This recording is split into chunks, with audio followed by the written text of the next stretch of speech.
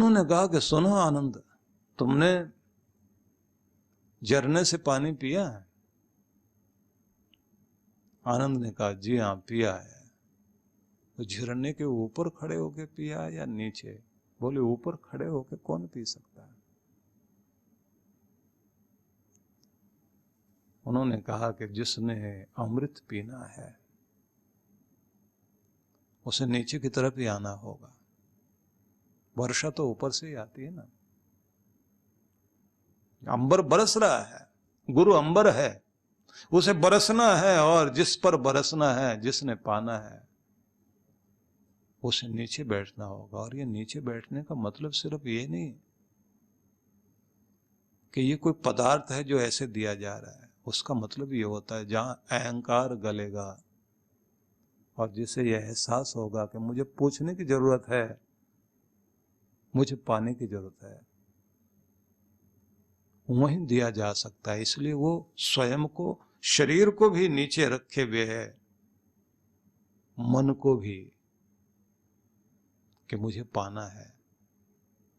इसलिए गुरु अंबर है, आकाश है, धरती बनता है शिष्य, तब उसे मिलता है। इसलिए श्री कृष्ण ने जब ये कहा तद विद्धि प्रणिपातेन परिप्रश्नेन जानो, लेकिन प्रणिपात पहले चाहिए, अहंकार गलाना पहले चाहिए, तभी तुम दंडवत प्रणाम कर सकोगे। दंडवत प्रणाम करने का ही मतलब है कि मैं नहीं हूं, अपने अहम को गला कर आया हूं। अनेक कथाएं मिलती हैं कि गुरु के द्वार पर शिष्य गया और उसने द्वार खटखटाया और गुरु ने अंदर से पूछा कौन? बोले मैं। वो भाग जाओ यहां से, तुम्हारी जरूरत नहीं है। महाराज दरवाजा खोलो, मैं आया हूं। बोले मैं के लिए कोई जगह नहीं है।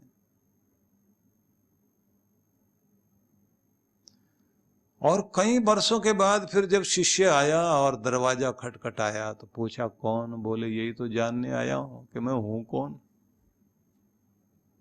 मुझे अपना पता ही नहीं है।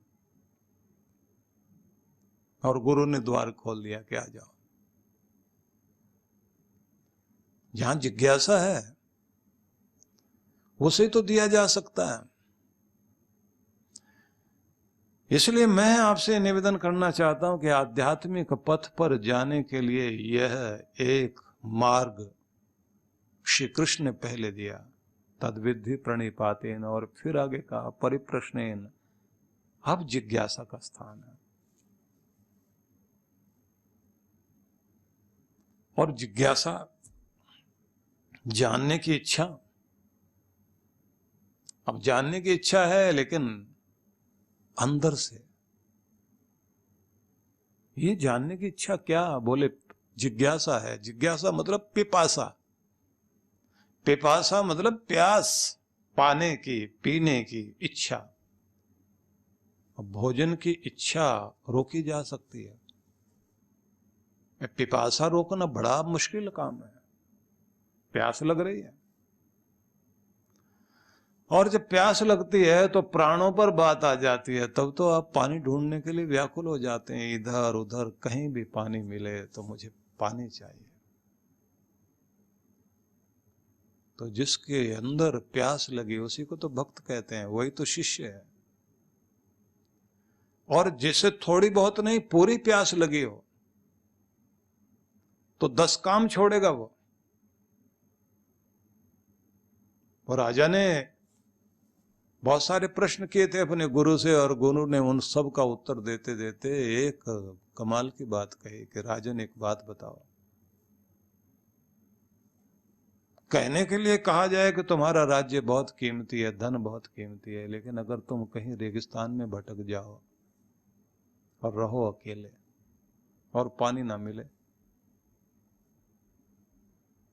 और अचानक एक आदमी सामने आए और वो ये कहे कि मेरे पास 1 गिलास पानी है,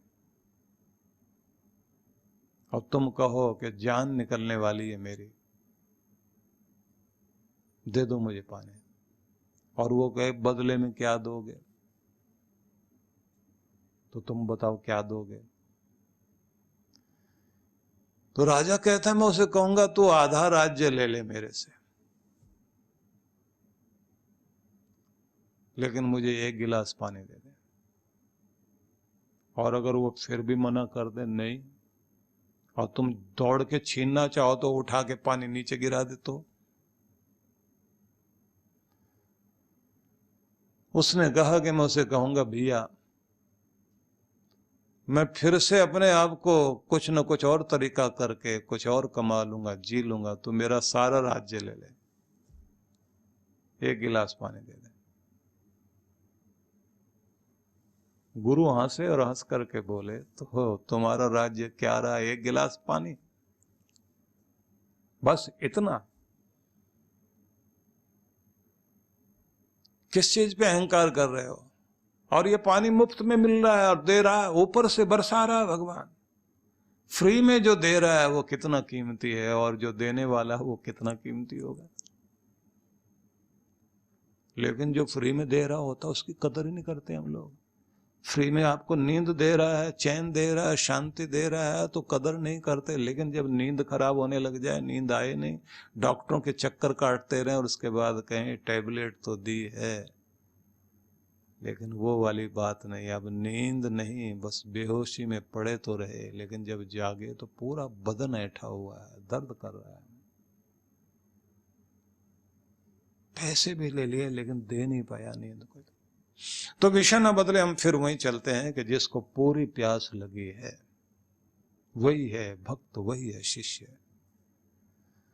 और फिर कहते हैं ये प्यास एक तो वो है कि जो मुंह लगाया गिलास से और पानी पी लिया, बोले ये जल पीने के लिए हृदय चाहिए, कान भी चाहिए, हृदय भी चाहिए, आंखें भी, और तुम्हारा रोम रोम भी।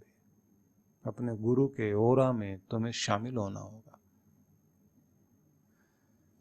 गुरु जब आपके ओरा से संबंधित होते हैं तो फिर वो अपने रंग में रंगने के साथ साथ आपके अंदर उस कीमती तत्व को पैदा करते हैं जिस कीमती तत्व को पैदा किया था अलेक्जेंडर के गुरु ने, अरिस्टोटल ने। एक महत्वाकांक्षी शिष्य को उद्दाम शक्ति और ऊर्जा से भरे हुए योद्धा को एक दिशा दी। और वो कितना प्यार करता है अपने गुरु से कि दोनों जंगल में जा रहे हैं और एक नाला सामने है, और मर्यादा का पूरा ध्यान रख रहा है सिकंदर, अलेक्जेंडर, जिसे सिकंदर सामान्य भाषा में बोलते हैं हम लोग, प्रचलित भाषा में। मर्यादा का पूरा पालन कर रहा है। कहते हैं ना, गुरु चले तो उसकी छाया पर भी पांव नहीं पड़ना चाहिए। गुरु के सामने अहंकार का प्रदर्शन नहीं करना चाहिए। गुरु से आप विचार विमर्श कर सकते हैं, लेकिन रोब गांठना, ज्ञान का, किसी भी चीज का दिखावा करना, वो नहीं होना चाहिए। गुरु एक तिनका भी दे दे तो ये समझना चाहिए अमृत प्रदान कर दिया मुझे, खजाना दे दिया, और वो खजाना सच में बढ़ता है। अब ये चल रहा है मर्यादा पूर्वक, गुरु आगे चल रहे हैं, ये पीछे पीछे चल रहा है। और नाले के पास जाकर गुरु कहते हैं पार करेंगे अब इसको। शिष्य दौड़कर आगे आया और बोला, गुरुदेव खड़े हो जाइए, बस यहीं आप। तू बोल कैसे रहा? नहीं गुरुदेव यहीं रुकिए आप। और फटाफट उसने एक पेड़ की टहनी को तोड़ा और नाले में पानी के अंदर डालकर, उस छोटे से पानी का जंगली नाला था, उसमें उस लकड़ी को डाल डाल करके चेक कर रहा है पानी किधर गहरा है, किधर कम है। और एक जगह से उसने कहा, गुरुदेव इधर से आइए आप। नाला पार हो गए दोनों। अब गुरु कहते हैं, तू मर्यादा भूल गया है। गुरु को आदेश दे रहा है। दुर्योधन की यही तो कमी थी कि दुर्योधन ने जिस समय युद्ध शुरू हुआ तो वो, गुरुदेव तुम्हें यहां खड़ा होना, तुम्हें ऐसे करना, तुम्हें वैसे करना है। और 5 पांडवों ने, द्रोणाचार्य जबकि दूसरे पक्ष में खड़े थे, तो भी युद्ध शुरू होने से पहले उनको जाके प्रणाम किया और ये कहा कि वक्त और हालात ने, परिस्थितियों ने हमें वहां लाके खड़ा कर दिया कि अभी युद्ध करना पड़ रहा है, क्योंकि ये लादा गया हमारे ऊपर। हमसे न जाने कितनी सारी गलतियां होंगी, गुस्सा होगा, प्रहार होंगे। हम पहले इस सब चीजों के लिए क्षमा मांगने के लिए आए हैं। अशिष्ट नहीं है हम लोग, पर युद्ध तो युद्ध है, तो आपको प्रणाम करने आए और क्षमा मांगने आए। अब दोनों हाथ हृदय पर रखकर द्रोणाचार्य उस समय क्या आशीष दे रहे हैं। मन में सोच रहे हैं बेटा मैं खड़ा तो जरूर हूं इस पक्ष में, लेकिन तुमने तो अपने व्यवहार से दिल तो हमारा जीत लिया, मेरा मन मेरा हृदय तुम्हारी तरफ है, विजयी भव। यही भीष्म ने कहा। अब इसी तरह से अलेक्जेंडर से बात कर रहे हैं कि तू मर्यादा भूल गया, आगे आगे चल पड़ा और मुझे कहता है कि रुको, यहां गुरु को आदेश देता है। सिकंदर कहता है 1000 बार क्षमा मांग सकता हूं, मांग भी रहा हूं, लेकिन सदगुरु मेरे, आप कितने कीमती हो। मेरे जैसे सिकंदर लाखों भी कुर्बान किए जा सकते हैं आपके ऊपर। आपका जीवन कीमती है। इस नाले में कहीं पानी गहरा ना हो और आपको मैं खो बैठूं, मेरे होते हुए ये संभव नहीं है। इसलिए मैंने स्वयं को आगे किया। गुरु के तन की रक्षा करना शिष्य का कर्तव्य है, और शिष्य के मन की रक्षा करना और उसे भगवान की तरफ जोड़े रखना ये गुरु का कर्तव्य है। दोनों ही अपना फर्ज निभाते हैं। इसलिए कहा पूर्ण प्यास लेकर के जो अपने गुरु के पास जाए तो फिर कान से भी सुने, हृदय से भी सुने, मन से भी सुने, अपने रोम रोम से सुने, और उसको प्राप्त करने के बाद फिर परीक्षण होता है सेवा से। वो सेवा कौन सी? गुरु अपने चरण दबवाएगा क्या? गुरु कार्य मतलब धर्म कार्य, ईश्वरीय कार्यों में जब शिष्य सेवा में लगता है तब पता लगता है उसका ज्ञान जो है, उसका ज्ञान सच में सही आत्मसात हुआ, क्योंकि वह सेवा निस्वार्थ हो, निष्काम भाव से हो, प्रतिदान में कुछ पाने की कामना ना हो। मैंने कुछ किया है, मैंने दिया है तो बदले में कुछ मिले, नहीं, निष्काम भाव से सेवा करता जाए। वहां सेवा से पता लगता है कि शिष्य के अंदर गुरु तत्व उतरा है। इसलिए जब हम लोग कल चर्चा कर रहे थे, जहां से मैंने आपको आगे लेकर जाना था, योगस्थ कुरु कर्माणि संगम त्यक्त्वा धनंजय। योगस्थ होकर के तुम कर्म करने वाले बनो अर्जुन, लेकिन संग का त्याग करके, आसक्ति का परित्याग करते हुए। जितने जितने आसक्ति तुम्हारी रहेगी तुम बंधन में पड़ जाओगे। और जहां भगवान ये कहते हैं सिद्धया सिद्धयो समो भूत्वा समत्वम योगोच्यते, सफलता और असफलता, परिणाम अनुकूल आ जाए या प्रतिकूल आ जाए, तुम्हारा संतुलन न डोल जाए, तुम्हारा धीरज न डोल जाए, तुम विचलित न हो जाना। जो अपने आप को संभाले रखे बस वो योगी है। इसलिए स्थान स्थान पर योग युक्त होना, या ये कहना तस्माद योगी भव अर्जुन, अर्जुन इसलिए तुम्हें योगी हो जाना चाहिए। उस पर हम लोग चर्चा करेंगे, लेकिन मैं फिर आपसे ये कहना चाहता हूं, जब हमारे जीवन में गुरु की कृपा आती है जीवन हमारा मूल्यवान होना शुरू होता है तो अपने पितरों की कृपा भी और अपने गुरुजनों की कृपा भी, जितना जितना हम प्राप्त कर सकते हैं उतना सौभाग्य हमारा बढ़ेगा और उसी से आपके अंदर संतुलन सधता है, उसी से वो शक्ति आती है कि आप अपने जीवन में रुलाने वाली घड़ियों में भी खुद को संभालना सीख जाते हैं। कहते हैं कि जिंदगी जब रुलाने लगे, आप इतना मुस्कुराओ कि दर्द भी शर्माने लगे, निकले ना आंसू आंख से आपके कभी और किस्मत भी मजबूर होकर आपको हंसाने लगे। अपने आप को इतना मजबूत बनाओ कि किस्मत थी रुलाने के लिए, वही मजबूर हो जाए आपको हंसाने के लिए, क्योंकि आप जब जुड़ जाते हैं परम सत्ता से, जो नदियां हिमालय से जुड़ी हैं, कैसा भी मौसम आए वो हमेशा सदा नीरा रहती हैं, उनका पानी बहता रहता है, वो सूखती नहीं। अगर अपनी मुस्कान को बनाए रखना चाहते हैं तो अपने आप को अपने हिमालय से, परमात्मा से जोड़े रखिए।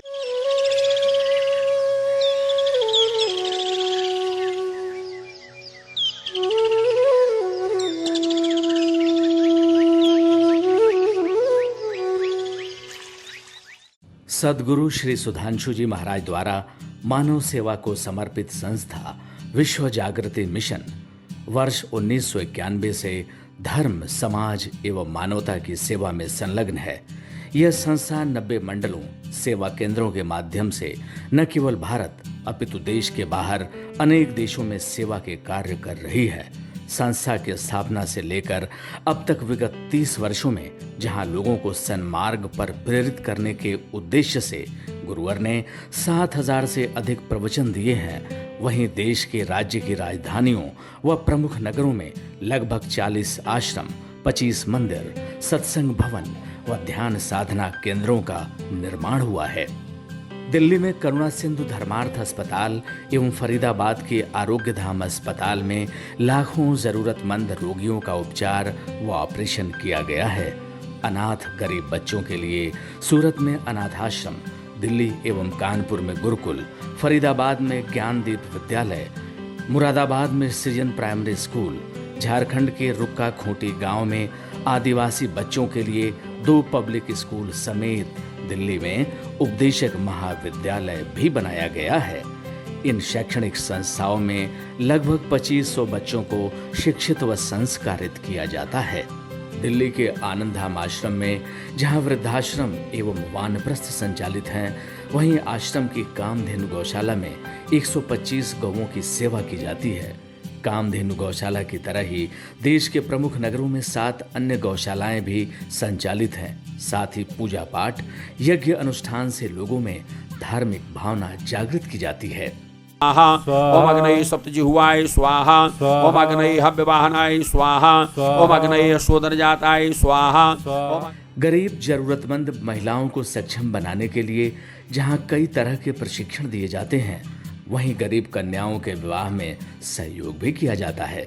प्राकृतिक आपदा जैसे कि बाढ़, भूकंप, तूफान आदि में जहां मिशन द्वारा प्रधानमंत्री राहत कोष में सहयोग किया जाता है, वहीं जैसे वर्तमान में चल रही महामारी कोरोना संकट काल में जरूरतमंदों को भोजन, राशन किट व सांसों के संकट से जूझ रहे जरूरतमंद मरीजों को देश विदेश से मंगाकर ऑक्सीजन कंसंट्रेटर बांटे गए। मानव सेवा को ईश्वर भक्ति मानते हुए सेवा परमो धर्म के भाव से विश्व जागृति मिशन के सेवा कार्य निरंतर जारी हैं। आइए मिशन के सेवा पथ पर बढ़ते कदमों में कदम से कदम मिलाकर चलें और मानवता की सेवा में दान सहयोग कर पुण्य के भागीदार बनें।